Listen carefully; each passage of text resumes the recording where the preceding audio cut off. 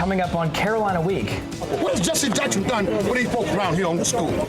Modern-day Confederates rally on campus to defend their beliefs and their heritage. The town of Chapel Hill is preparing for what could be the biggest Halloween gathering ever on Franklin Street. Dare come into my house. And we'll tell you where to find or avoid terrifying thrills like this one. All that and more. Carolina Week starts right now. From the UNC School of Journalism and Mass Communication, covering Carolina in HD, this is Carolina Week. After nearly a year of searching, there's a new person at the helm of the UNC system. Good evening, I'm Ben Smart. And I'm Sharon Nunn. The UNC Board of Governors has announced the replacement for current UNC System President Tom Ross. The board has finally approved the new UNC System President. She's former U.S. Secretary of Education Margaret Spellings. She's known for her conservative views and the controversial No Child Left Behind Act, which became law during George W. Bush's time in office. The board also approved a pay package of $775,000 a year with potential performance bonuses. Board Chairman John Finnebresk resigned his seat on Monday after facing criticism about the lack of transparency in the presidential selection process.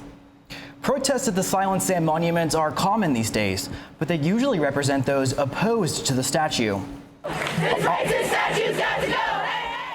On Sunday, hundreds gathered at the Silent Sam Monument to express their opposing beliefs. The Confederate heritage groups waved and wore their Confederate flags in support of the Silent Sam Monument.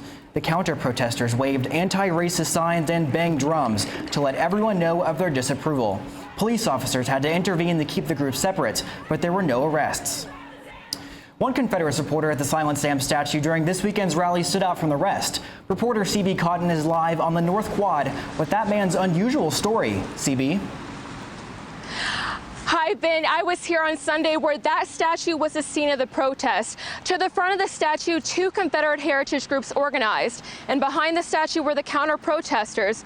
But among the Confederate supporters, there was one man that you might not expect.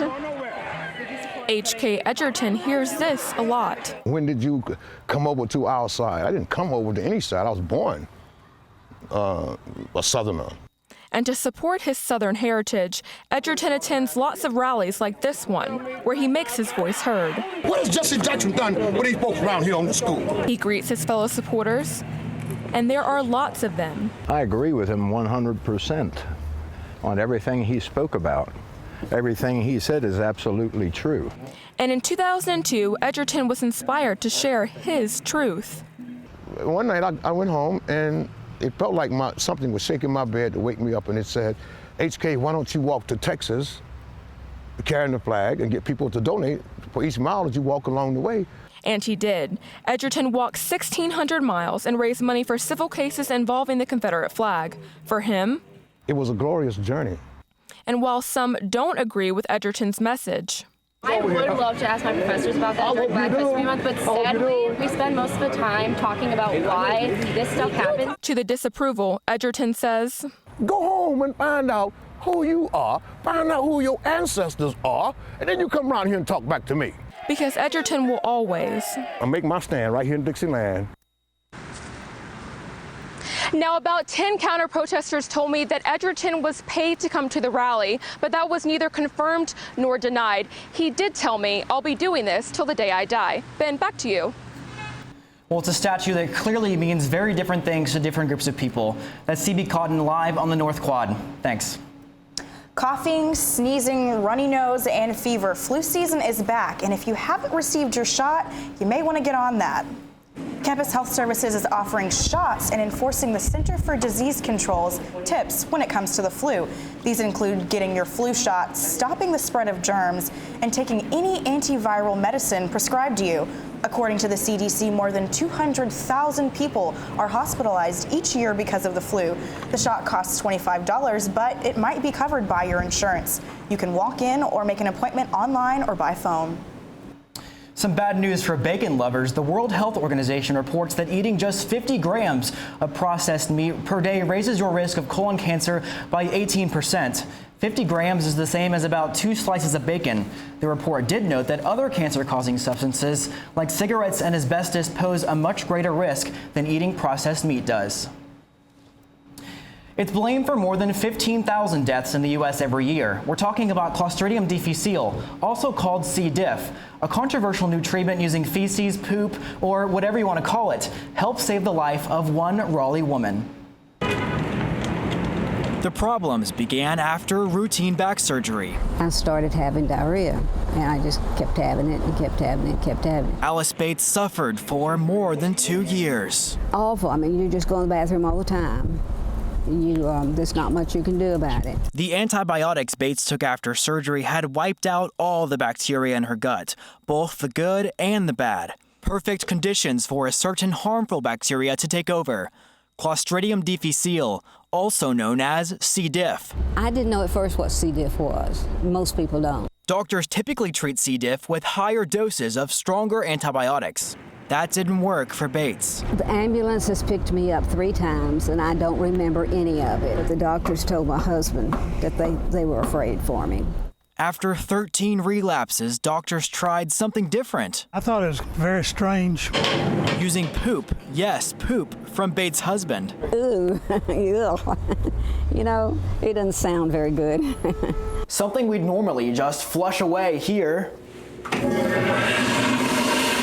is being used here to save lives. It's called a fecal transplant. Doctors transfer stool from a healthy donor into the gut of a person sick with the deadly bacterium Clostridium difficile. This goes in the patient's bottom. Dr. Sarah McGill did the fecal transplant for Bates. We usually use the whole sample that they give us. A gram of stool has over 1 trillion bacteria. McGill says bacteria from a healthy person's poop kicks out C. diff and allows the gut to heal. The patients feel better just a few hours after their treatment. Bates says the change was instant. Very immediately. Immediately? Immediately. You just think, why didn't they do this sooner? Bates says she and her husband are grateful to have their life back. It helped her a lot. All thanks to the power of poop. McGill says UNC hospitals and Wake Forest Baptist Medical Center are the only 2 locations that currently offer fecal transplants in North Carolina. One North Carolina attraction is a little more trick than treat. Oh, the horror in the tiny town of Snow Camp.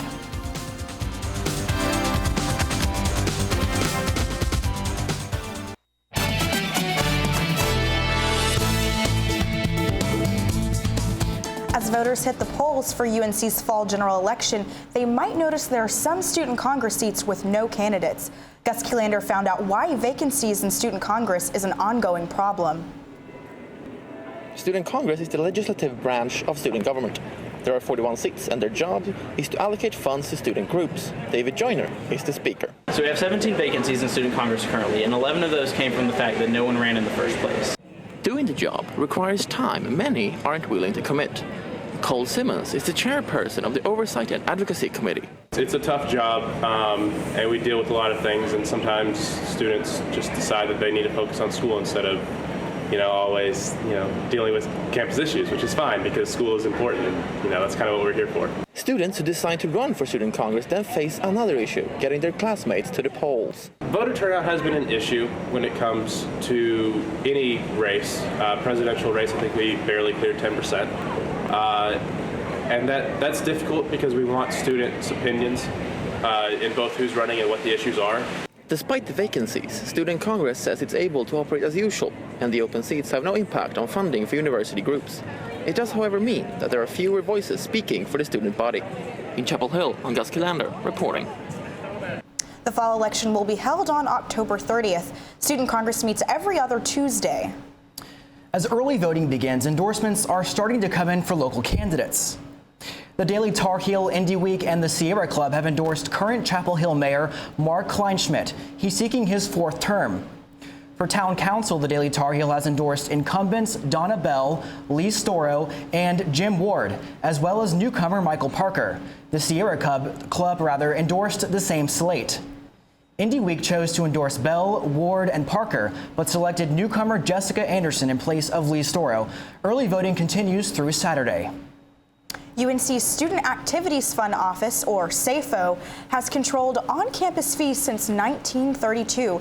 8 decades later, the office is changing its procedures to prevent potentially dangerous financial practices in all student organizations. Andre Rowe tells us how this decision will affect the campus community. UNC senior star Wingate Bay is the treasurer of Misconception Dance Company. Like many treasurers, she spends a lot of her time in the Student Activities Fund office. I collect dues from our members. I work with SAFO, our account. 2 years into her position, Wingate Bay became accustomed to the SAFO process. But this year, things are a little different. She says the system is more organized with a better tracking process. There's information everywhere. We had to go to the training. The SAFO office has begun revamping its internal operations to resolve many issues, including the rise in financial debt from student organizations. Changes include new staff members and mandatory orientations for student leaders. The people that are higher up and working there are closer to the proceedings, so if you need any help, they're right there and easily accessible. One of the office's biggest additions is account registration. Now when student leaders register using this Student Life website, all information will be updated in the SAFO system. This makes identifying the treasurer safer and easier. Student body treasurer Lee Beckman says the changes are only the beginning. Student organizations were falling into bad positions, right, because they were allowed to. So now we're working towards a model where we can help organizations not fall into that trap. Wingate Bay believes this will have a positive impact on future leaders. I think it'll be easier to explain to them everything they need to do. In Chapel Hill, I'm Andre Rowe reporting. The new model will also include a name change and direct communication between the office and student organizations. Halloween falls on a Saturday this year, which could mean record crowds on Franklin Street. Paige Hopkins is there on Franklin Street to tell us how UNC and the town of Chapel Hill are preparing for the potential onslaught of ghouls and goblins. Last year, 32,000 people crowded on Franklin Street right behind me for Chapel Hill's homegrown Halloween celebration. And that's nothing compared to the 80,000 people that came to celebrate in 2007. And this year, officials are expecting even more. There's only one place on Franklin Street that boasts the best 6 inches in Chapel Hill, and that's Sup Dogs. The restaurant and bar is popular among students and locals, especially late at night. Because of its popularity, manager Lindsay Ewing says the restaurant will operate a little differently on Halloween. Safety is a #1 key on Halloween with so many people coming down here. Ewing says her restaurant is hiring bouncers, and patrons younger than 21 won't be allowed into the restaurant after 2 a.m. These changes are a direct result of suggestions made by the town of Chapel Hill. We start preparing for, a Halloween basically the day after the previous Halloween. That's Lieutenant Joshua Meesemore. He says a lot of work goes into making Halloween safe. That includes efforts to keep non-Chapel Hill residents from attending the event.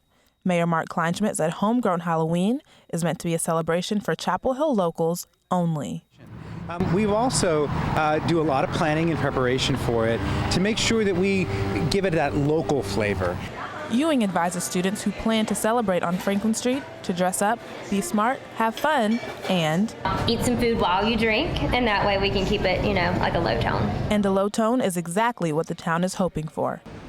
In order to maintain safety and keep numbers low, the town of Chapel Hill is shutting the party down at 11 p.m. this year. That's Paige Hopkins reporting from Franklin Street, soon to be jammed with Halloween partiers. Thanks, Paige. A crowd might boo someone during a show, but sometimes it goes the other way. Drew Kurtzman has a story of a show that yells boo right back at you. 'Tis the season to be zombies, all the way out here in rural Snow Camp. Welcome to the Hollywood Horror Show, an interactive attraction run by brothers Star and Dean Jones. Sites like these are just business as usual, because in the business of scaring, it's the small things that count. The biggest thing is the attention to detail, because everything we do is visually stunning as far as the detail of it. We want to do things that look good enough to put on camera. We want them to have a film quality haunted house experience. Sound effects, music, lights, characters, good makeup, costumes. At the same time, we want to scare them. We want to show them things. We want them to have a film quality experience, walking through a set. Kind of like we would in Hollywood. And these two are no strangers to Hollywood. The Jones brothers have worked on hundreds of films with famous faces and fake faces alike. Dean won 2 Emmys for makeup work, and Star has produced his own feature films. But the two aren't the only forces behind the show. Well, it takes everybody. this is not a smaller operation. That's what I'm really proud of, that we have a lot of people that really put their heart and soul into it. Well, at least the characters who have a heart or soul. The season closes November 7th. Until then, Dean and Star work to realize their dream of bringing nightmares to life. In Snow Camp, I'm Drew Kurzman reporting. You can find directions to that terrifying original Hollywood horror show on the group's website, as well as the calendar of the remaining 6 show dates.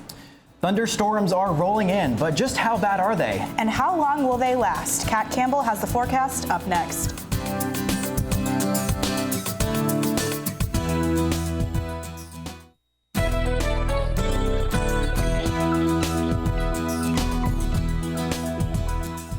Welcome back. I'm meteorologist Kat Campbell, and unfortunately, it has been another dreadful day outside. We've seen plenty of rain, but luckily it has been a warm, rainy day today instead of a cold, rainy day like we saw yesterday. Our temperature right now is 71 degrees, and it's pretty windy outside. Our dew point's very close to our actual temperature, which means there's lots of moisture in the air, and I'm sure you can tell that. Thus far today, we've received just over an eighth of an inch of rain. So we are expected to see more, though. We have one more band of showers coming through tonight, and these could be some severe storms associated with these showers.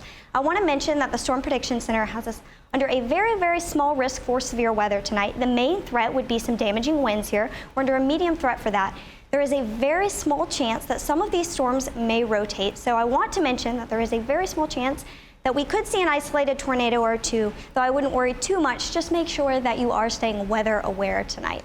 Now, as you can see on our radar, most of the rain has already moved out of the area. We are seeing some storms start to develop to our west, and we do expect this line of storms to come through later on tonight, sometime after 9 o'clock. You can see on our future radar here that there are some areas of yellow and orange, and those areas indicate where we could see more severe weather and some thunderstorms. So again, just make sure that you are staying weather aware tonight. Though once those storms clear up by midnight, it will be a very nice night. We'll have partly cloudy skies, and our overnight low is only 60 degrees, which is very warm for this time of year, very pleasant, and that is all thanks to this warm front. This warm front lifted north of us earlier today, and behind that warm front, we have nice warm and dry air that's going to stick with us tomorrow. So tomorrow will be a gorgeous day. Should be partly cloudy skies throughout the day. As you're waking up around 8 a.m., temperatures should be in the low 60s, and then by lunchtime, we'll warm up to the upper 60s, and as you're leaving work and school tomorrow around 5 o'clock, it'll be absolutely gorgeous, partly cloudy skies, and temperatures around 73 degrees. So for our fashion forecast, you will finally get a break from that rain gear. Thank goodness. I recommend wearing jeans and a t-shirt, and in the morning, since temperatures will be a bit chilly around 60 degrees and it'll be a bit windy, you may want to have a light sweater with you. But don't enjoy this warm weather for too long, because we do have this cold front that's lining up to our west. That's going to bring colder air for the weekend, but luckily it's a dry cold front. So your Halloween certainly has more treats than tricks involved. A high of 66. It'll be a nice fall day, increasing clouds throughout the day, so it'll actually help keep us a bit warmer overnight, though it will still be chilly for Halloween. We've got great fall weather here, and we can really anticipate a colder day on Friday after that cold front comes through Thursday.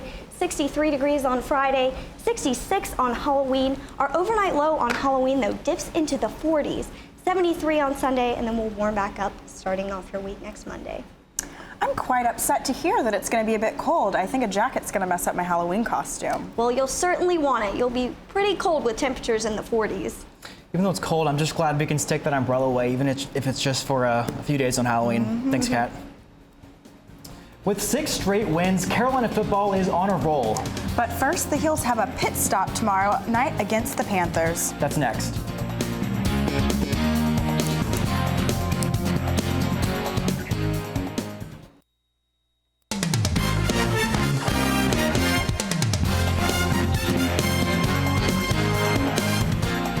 Welcome back to Carolina Week. I'm Kelly Glendenning with sports. A former Diamond Heel kicked off the Fall Classic last night for the Mets.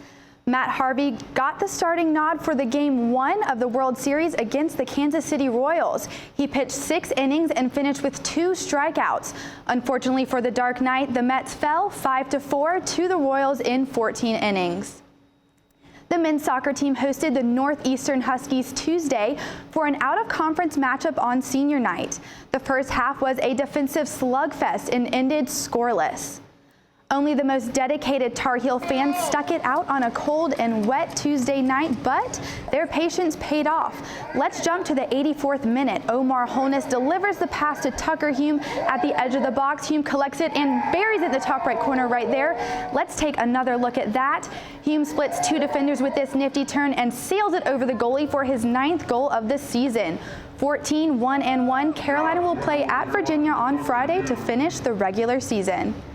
Carolina travels to Pittsburgh to face the number 25 Panthers in a Thursday night showdown, and this game is huge for the Heels' coastal hopes because Pitt currently sits at the top of the division. Carolina has beaten Pitt 2 years in a row, but those games have been close. In 2013, Carolina jumped out to a big lead early, but had to fight off the Panthers' fourth quarter comeback to win 34-27. Ryan Switzer was the star of that game, returning not one but 2 punts for touchdowns, including the game winner. Last year, Pitt's star running back James Conner destroyed Carolina on the ground, running for a whopping 220 yards and 4 TDs, but Conner is out this season with a torn MCL. That's a big break for the Heels. With only 3.5 minutes left in the game, Williams led the team on a 75-yard drive that ended with a TJ Logan touchdown run to win the game. Williams' legs have been the key for Carolina in those past 2 games. He rushed for 201 yards and had 5 touchdowns. That's not bad for a QB. Williams has struggled this season with making quick decisions, and this defense will certainly test him. But if he relies on his instincts and doesn't hesitate in the pocket, the Heels should be in pretty good shape. One guy who loved Carolina athletics more than anyone was Stuart Scott. Family members, colleagues, and Booyah lovers alike came out Friday to honor the late Stuart Scott as he was inducted into the North Carolina Journalism Hall of Fame. Chancellor Carol Folt and Dean Susan King were among the speakers, and UNC soccer star and UNC alumna Mia Hamm captivated the audience when presenting the award to Scott's sister, Susan. And always remember, what bound Stuart to so many of us in this room is what he knew and what so many of us feel, that every day is a great day to be a Tar Heel. Wow, and even though Stuart Scott was from North Carolina, he had fans all across the world. Stuart Scott was just such an inspiration and a great role model for journalists like us. He really will be forever a Tar Heel to everyone. Thanks, Kelly. Minions or masks, pirates or princesses, find out which costumes are flying off the shelves just in time for Halloween.